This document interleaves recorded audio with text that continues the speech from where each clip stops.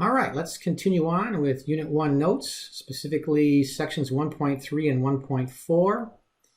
So section 1.3 is accuracy, precision, and uncertainty. Definitions are here. Accuracy is how close you are to obtaining the correct result with each attempt of your particular measurement or procedure. And precision is getting the same result with every attempt. It's best illustrated here with these diagrams. This diagram here, let's start with the second diagram. This is what you really want in any kind of procedure or experiment or endeavor. You want high accuracy. In other words, you want to hit the target dead center. That's what you're aiming for. The tightness of the group, how close these 5 attempts are, is what's called precision. If you go to the left here, this diagram here, these are very precise. They're all grouped real tight, but it's not very accurate. You're not hitting the target where you want to hit. Another example here, the third example.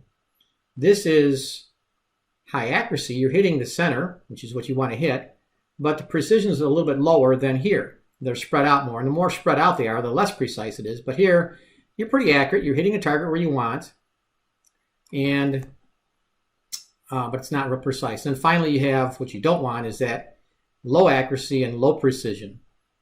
So here, you're not hitting a target where you want to hit it, and you're hitting all over the place. So you have neither precision nor accuracy. It's low. Another kind of a, side note up here, precision also refers to the smallest divisions on your measuring device. So if you have a very small device with small markings, we call that a precise measuring tool, even though sometimes when you use it, you might not get good results, but it's capable of getting a very precise result. We'll talk more about that later. Another example here, the digital timer on your phone is probably more precise than an old school stopwatch. Back in the olden days, we have a second hand that goes around and around and around. But the digital timer is not necessarily more accurate than an old school stopwatch. In other words, if there's an internal error in the software, your digital timer on your iPad or your iPhone or whatever digital device you have might always give you a result that's high. Like it might give you a result like this. Every time it gives you the same result when you measure something with your timer, but it might not be accurate because the software might be set wrong or there might be a software error. So don't necessarily assume that a timer that has real precise measurements or is very fancy and expensive is better than something that is maybe old school. That's another example. Uncertainty. So, whoopsie. Uncertainty is the estimate of how a measurement differs from, once again, what you consider the correct result or the published correct result, what you're trying to obtain. There are many factors that contribute to how certain you are with your result. And I'll give you some examples as we go along here. But A, the quality of the measuring device leads to, well, if you have a good measuring device, you're pretty certain about your answer. If you have a very bad measuring device, you're not real certain. You have a lot of uncertainty. The skill of the measurer contributes to how certain you are about your measurement. The nature of something that's being measured, in other words, how smooth it is or how well it's constructed, is also, it can lend to high certainty. If the thing is very rough and uneven or badly made, you'll be uncertain about your measurements about that particular object. There's other intangibles like temperature. Temperature and location can change your measurements for something, moisture in the air. We're not going to get too much into that, but what we want to be is we want to be certain about our measurements. But let me explain to you how uncertainty is presented mathematically. E and F here I'll talk about as I do the examples. For example, you have a room that's measured to be 5.3 meters plus or minus 4%. So that's the typical way, one of the two typical ways to present uncertainty. The second part there is the uncertainty, the plus or minus 4%. Now in the book, they're going to use the delta symbol, the lowercase delta. I like the plus or minus, which I'll explain to you, but they're going to use delta, and you have capital delta. Capital delta is a triangle, and lowercase delta is what they call it. Well, it looks like this. And it's hard to draw, that's why I don't draw it, but that's the lowercase delta, uppercase delta, but I'm not going to be using that for uncertainty. The book uses uses this symbol for uncertainty. So it might say 5.3 meters, delta 4%. So what that means is this room, you're certain, or at least to a high degree of certainty, that the room is 5.3 meters plus or minus 4%. So what you do to figure this out mathematically is you take the 5.3 times 4%. Now, so I'm going to take 5.3 times 4%. Now, 4% in decimal form, you divide by 100. 4% is 0.04, and it's 4.0%. So I have two sig figs there, so I can put it like that. So I'm going to take 5.3 times 0.040, and if I do that, that's, well, it's like 0.2 something. But I'm going to, so it's 5.3, so what this means is 5.3 plus or minus 0.2. Let me actually calculate that out. It's 5.3 times 0.04. It's 0.212. But I'll write that down. But I had to round that off. So 5.3 times 0.04% in decimal form is 0.212. But I cannot add 0.212 according to the rules of sig figs, because the 5.3 doesn't have a hundredths place. It has the tenths place, the 0.3. So all I can do is either add or subtract 0.2. I can't add 0.21 onto that number because I'm looking ahead here. I had to round off the 0.212 to 0.2 according to the rules of sig fig that we learned last time. So what this is saying is that the range of values, the expected value for this room, we believe to a high degree of certainty that this room is 5.3 minus 0.2%. So we believe the room is anywhere from 5.1 meters up to, adding 0.2 is 5.5 meters. So I believe this room is somewhere between 5.1 and 5.5 meters wide, or whatever the measurement I made. With a high degree of certainty, that's my measurement. Let's give you another example. Number 2, a rabbit runs at that distance plus or minus 0.7 meters in a straight line in that many seconds. Calculate the speed. Now, later on in the next unit, we're going to learn how to calculate speed, but most of you know how to calculate speed, and I'm going to use the letter V now for velocity. We'll talk more about that in the next unit. But speed is distance over time. Now, what you need to do here, and the rule is in letter E, is for multiplication or division, you have to combine the percent uncertainties to get the total uncertainty when you do an actual calculation in multiplication or division. For example, I need to first figure out what percent of the 0.7 meters is of the 48.2. In other words, if I take 0.7 meters divided by 48.2 meters, so 0.7 divided by 48.2, which is 1.5%. That's 1.5%. In other words, 0.7 is 1.5% of 48.2. So I just divide that. I need to figure out the percent for the distance or the time as well. I have 0.1 seconds in 3.6 seconds. So 0.1 divided by 3.6 is 2.8%. All right, so now I'm going to take and calculate the velocity or the speed. The velocity is the distance over the time. The distance is 48.2 meters, plus or minus this 0.7, which I don't need to worry about quite yet. So that many meters, I usually leave the units off until the end, but I'll put them in. I have that distance in 3.6 seconds. All right, so the speed, I'm going to take 48.2 distance divided by time, gives me how many meters per second. You could do it in miles per hour, but we're not using those units right now. And those are the units we don't want to use anyway. But if you do the computation here, if you look before you do the computation, we need to have 2 sig figs in the answer because the 3.6 is a 2 sig fig answer. So don't give me 3 sig figs here. The proper way to do this comes out to be 13 meters per second. Your calculator is going to give you like 7 sig figs. go to 2 because the rule for division is take the lesser of the 2 sig figs. 48.2 is 3 sig figs. 3.6 is 2 sig figs. But that velocity is going to be plus or minus. You add the two percentages, the 2.8 plus the 1.5. So I need to add these two numbers over here. I need to add the 1.5, I'll circle that, and the 2.8, which is what, 4.3%? I believe that's 4.3%. So my final answer is 13 meters per second, plus or minus 4.3%. All right. So I'm going to scroll down here a little bit. Okay.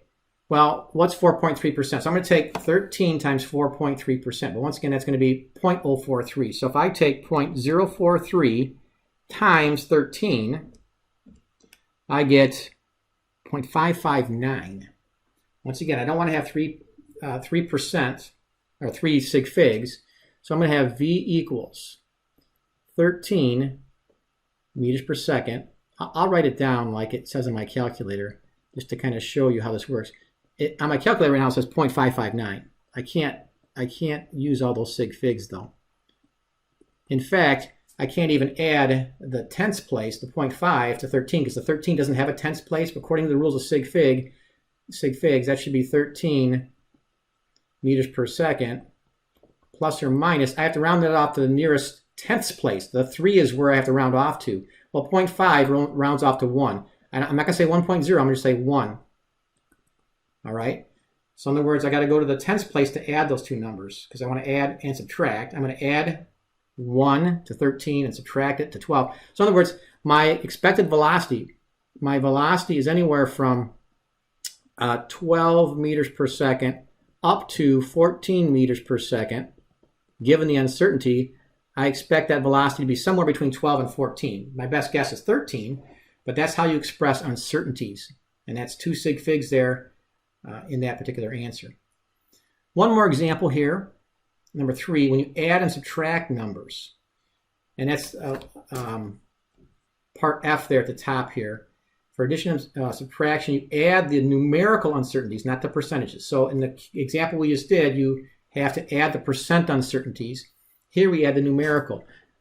This is kind of nice. I'm going to add 2 distances. I have 9.3 plus or minus 0.4 plus or minus 0.4 meters. And I'm going to add 6.8. Those are good because they're already lined up in their tenths place, so we can add those numbers directly, basically. Plus or minus 0.3 meters. So the rule is, when you're adding or subtracting, just add the numbers. That's what, 16.1. 16.1 meters. 16.1 meters plus or minus 0.7 meters. All right, so you just simply add the numerical uncertainties, not the percent uncertainties. So with division and multiplication, you add the percent uncertainties. For addition and subtraction, you just add the numerical uncertainties. And then you can give me the range of possible expected values based on uncertainty. So if I take 16.1 minus 0.7, which is what, 15.6? No, 15.4. 15.4. So I expect anywhere from 15.4 meters up to 16.8 meters as my range of expected values. That's my range of expected values. I'll write that down. Range of expected result. It says range of, wow. Range of expected result. That's what R-E-S-U-L-T. All right, so that was here. That was here. I also did at the top there in example number 1, 5.1 meters to 5.5 meters. That's what you would expect the actual value of those particular overall measurements to be. Okay. Approximate, section 1.4. Approximation, comparing numbers, order of magnitude, and SOHCAHTOA. All right, so approximating stuff is a useful tool in everyday life, not just in physics. Being able to estimate results or scores or so forth. For example here, and you just got to ballpark these. Do the best you can. Explain as best you can. For example, how many dogs are there in the city of Chicago? And some of this requires a little bit of background information, or you can kind of look these up a little bit. But here's how I would do this problem. And there's various ways to do these problems. For example, the way I would do this one, like how many dogs are there in the city of Chicago? Well, I start with, well, how many people are there in the city? We're just talking about the city, not the suburbs, but the city of Chicago. How many people live in Chicago? Well, I know there, you got to take a good guess. If not, kind of look it up or have an idea. Background information is helpful. But for example, I know there's more than 100 people that live in Chicago. I know there's less than 100 million. Like the United States is 300 and some million.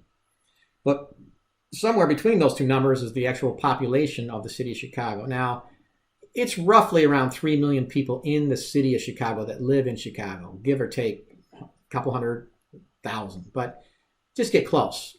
3 million, 2 million would be okay. 4 million would be okay. So if you said anywhere like even 1 million, 2 million, 3 million, but it's around 3 million. So I know there's 3 million people. So I'm gonna guess 3 million people in the city of Chicago. All right. Now, there's 3 million people. Does every person own a dog? No. How many households might that be? Well, let's say there's 3 people per household. I'm just ballparking it. So maybe there's 1 million households. So let's say there's 1 million households. I'm just going through my process here. And there's some leeway, like I said. Now, of households, how many households own a dog? Half? I think that would be a little high. I'm not sure half the people, but maybe half the people. I'd say more like maybe a third of the people, households, have a dog. So I would say 1/3 of that. I would say, I'm going to guess that 1/3 own a dog. So my guess for the amount of dogs, would be about 300,000. 300,000 dogs in Chicago. That might be high. It seems a little high, but whoops, that's Chicago. So if you said 100,000, that's Chicago. All right, that's my guess for the number of dogs in Chicago. So if you said even 50,000, somewhere between 50 and 100,000, or 50 and 500,000, I think 500,000 would be high. But you just got to come up with some kind of ballpark, and usually just one sig fig is good enough. Here's another example. How far does the average person crawl, walk, or run in a lifetime? In other words, how far do you self-propel yourself in your particular lifetime? Well, how much time do you spend crawling as a little infant? And you don't really crawl very far. So I'm going to ignore that part, because crawling, you don't go very far. You might crawl a mile, maybe. And that's not going to mean anything. But how far do you walk in a lifetime, or even jogging, running? So here's where you got to come up with some semi, at least rational estimations. Educated guess, not just a random guess. Educated guess. In other words, well, here's how I would process this one. In a given day, in your childhood, teenage, young adult life, how far do you walk or run in a given day? Now, obviously, there's some people that go further than others. There's people that are joggers. They jog 3 to 5 miles every day or whatever. Those are going to be not the average person. But the average person is not a jogger. There's quite a few joggers, but how far does the average person walk or jog in a day? Average. And some of you have like Fitbits or steppers or whatever. I'm just going to guess the average person for your daily life. You're walking around your house, you walk at your job. Some people, once again, walk further than others. Let's say the average person walks 3 miles a day, just from natural living.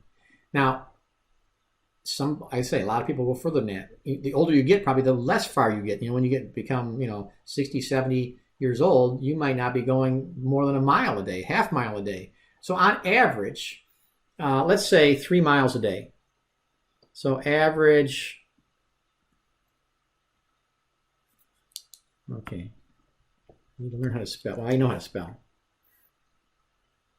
average 3 miles per day. And I might round this off to make it a little easier for myself. So for example, let's say I average 3 miles a day, and there's about 365 days in a year. So I'm going to round that off to 365 days. So let's say 333 days in a year. I know that's not true, but the reason why I picked 333 days in a year is if I walk 3 miles a day and there's 333 days in a year, 3 times 333 is 999. So that results in 3 miles a day times it's 1,000. I'm estimating 1,000 miles per year. Now this problem becomes easy if these are all accurate numbers, and we're just ballparking. So I'm at 1 sig fig right now. So I walk, or the average person say goes 1,000 miles per year. Well, if you live to be 80, the average person lives to be 80. Okay, average life 80. Average life 80 years. So, well, that's pretty easy. If you go 1,000 miles a year and you're 80 years, that's the average distance. The average distance for crawl, and I ignored crawling because that was insignificant. Average distance is 80,000 a year, 80,000 miles. All right. So that's my guesstimate. So if you have anywhere between 50 and 100,000, people who are joggers, maybe 200,000. So I ignored crawling. You might want to even say that crawling, crawl equals about 0. CRAWL is roughly 0 miles. Well, you didn't need to say that, but if you have to explain this on a test, you might want to say, okay, I'm discounting the crawling. Well, it might give me 1 or 2 miles, but in comparison to 80,000 miles, it was nothing. So you could break this out into running and walking, but give me some, if it's a test question, you have to kind of outline a little bit about what you did. This would get you full credit if you just wrote these kind of, not cryptic notes, it kind of shows me what your thought process was. So if you come up with an answer of 50,000, 100,000, 200,000, interestingly enough, like if you actually walked around on the equator around the Earth, it's about 25,000 miles. The 80,000 here is about 3 times around the circumference of the Earth. That's also about 1/3 of the way to the moon. Not that you can walk out in outer space, but so just to give you some perspective there. From Chicago to, like, say, California, it's like about 2,000 miles.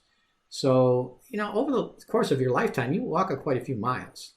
So it starts to feel like that's a kind of a high number. Obviously, you can't do that in a year, but well, maybe you could. Well, no, I don't think anybody could do that. Nobody could do that in a year, but so that's just an estimate. These are estimates. Do the best you can, outline some rationale, and make it somewhat believable.